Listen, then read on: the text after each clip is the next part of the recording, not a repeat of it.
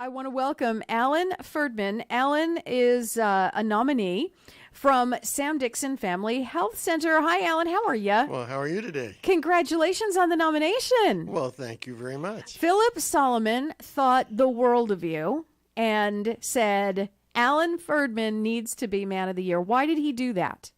Well, I've been involved with Samuel Dixon for quite a while. I started off with the Rubber Ducky Regatta and got involved with that and ended up being the chair of the Rubber Ducky Regatta event. I love the Rubber Ducky event. Oh, man, we have a great time. Isn't that fun? Yes, love we the do. Rubber Ducky event. And so then we ended up convincing everybody we needed a 4th of July float, and we went on and on. But the thing I think that Philip is the most excited about is Samuel Dixon's expanding. We're gonna play a bigger role in the community. We're going to provide more health care, and he has indicated that he likes the idea that to have people around him that can share their experiences and help the organization grow physically, managerially.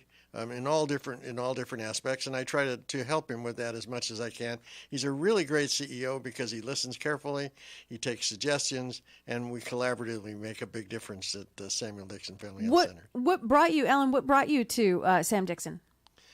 Well, actually, what brought me to Sam Dixon was the one time that I went to the Rubber Ducky Regatta, and the whole thing about it, Sam Dixon, I think that I'm so impressed with.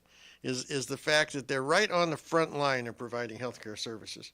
Now, healthcare services and those kinds of things is something that I've heard about a lot since my wife is a registered nurse, and she started at Kaiser Hospitals in 1963, and she's still there. So she's a 55-year employee, and she loves healthcare.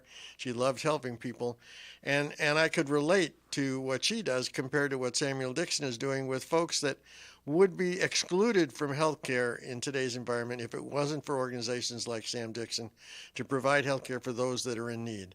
And so it's just something that I feel is extremely worthwhile, and something that gives me more satisfaction than just about anything else that I do. You mentioned expansion. I believe right now you have 3 locations. Yes, we do.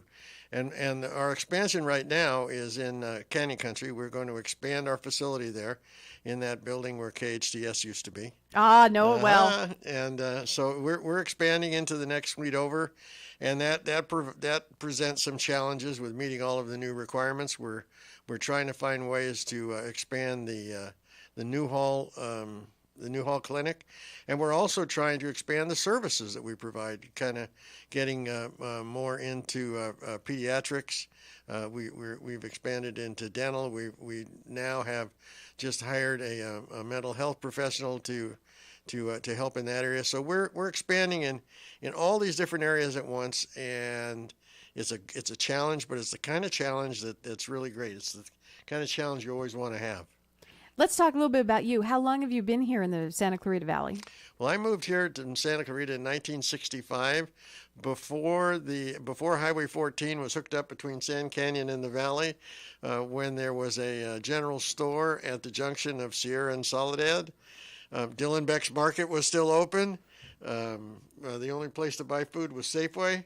And I've seen a lot of changes since then. Clearly, 1965. Yeah. I think I've asked pretty much all the nominees how long they've been in the Santa Clarita Valley, and I think you might get the prize on that one. Absolutely. Alan, one more question for you, and that is about inspiring new people to get involved. How do you inspire those who may be listening right now? We're streaming on Facebook at KHTS Radio. How do you inspire someone to get involved and do the work that you're doing right now? Well, sometimes getting involved just happens to you. And I just wanted to share with you that my first experience in volunteering here in Santa Clarita was in the early 70s when we were playing softball, and Roger Wolf, who was the staff member at North Oaks Park, was killed. And at that time, the county didn't have money for new staff people, so I stepped up and volunteered. And for 4 years, I turned the lights on and off at the park 5 days a week. So sometimes it just happens. There's an opportunity that's in front of you, and you say, "Boy, I can be there to help."